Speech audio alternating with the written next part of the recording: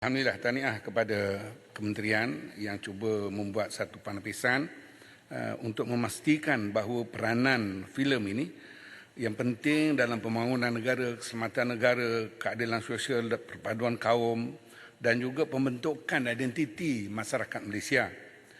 Apa yang penting kepada kita selain daripada apa yang digagaskan, persoalan yang timbul kepada kita pada hari ini, kita boleh menapis dalam filem-filem yang akan melalui TV kita, boleh menapis melalui lembaga penapisan filem ini. Tetapi persoalannya bagaimana platform yang online stream seperti Netflix, Disney, Hotstar dan lain-lain. Bagaimana benda ini kalau kita lihat kadang-kadang filem-filem yang telah ditapis yang tidak boleh keluar dalam TV saluran biasa ini, tetapi mereka melalui internet yang berkenaan. Bagaimana pula kita nak buat tindakan di atas kelumpungan supaya perkara ini tidak boleh dimanipulasikan oleh pihak tertentu, tak boleh keluar TV biasa tapi keluar internet. Itu pertama yang persoalan yang saya kemukakan. Yang kedua berkaitan dengan kalau kita lihat pemegang taruh kepada perkara-perkara yang berkaitan. Untuk kementerian jelaskan bagaimanakah proses penilaian sesebuah filem itu dilakukan. Siapakah yang terlibat untuk memastikan bahawa penapisan-penapisan ini janganlah terlibat ataupun berunsur politik di mana sekatan-sekatan itu lebih kepada unsur-unsur yang sudah disebutkan tadi, iaitu LGBT dan sebagainya, Islamofobia, itu benda yang baik. Dan kita dapat lihat juga bahawa... Si Gading, boleh tak nak tanya Si Gading? Saya pernah bangkitkan dulu cerita-cerita drama dalam negara kita ni. Kalau kita tengok sekarang ni, sempat jugalah kadang-kadang tengok buku 5, buku 6, buku 7 tu.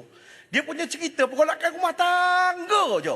Mak mertua tak suka kat menantu, menantu tak suka kat mak mertua. Itu je, cerita itu je. Tak boleh ke cerita ni kita cerita-cerita membina sikit ke kan? 3 sekawan ke, Ahmad Aseng dengan mutu ke, berkawan baik ke. Yang itulah untuk perpaduan masyarakat dan juga rakyat dalam negara kita. Apa pandangan daripada Si Gading, peminat filem Tamil? Boleh masukkan dalam soalan saya itu. Jadi yang akhirlah, oleh kerana dah ada mencelah tadi, masa dah nak habis tu. Adakah proses penilaian ini melibatkan golongan profesional dalam industri perfilman itu sendiri? Itu yang pertama. Dan bagaimanakah untuk kita melihat bahawa kadang-kadang saya masih teringat ada seorang yang melibatkan hukum.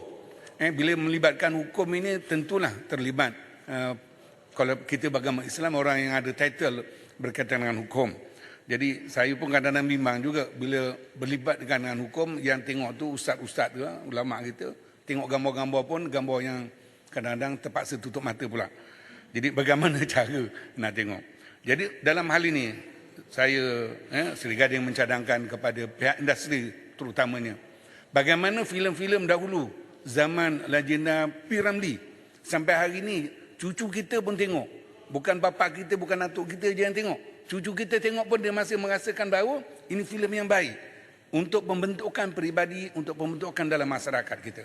Jadi kita mengharapkan supaya dapatlah industri filem tu melahirkan filem-filem bukan saja seperti mana yang dinyatakan oleh Hulu Langat tadi. Terima kasih Datuk Speaker. Terima kasih Yang Berhormat Seri Gading. Berikut saya silakan Yang Berhormat Pasimas. Terima kasih Datuk Yan.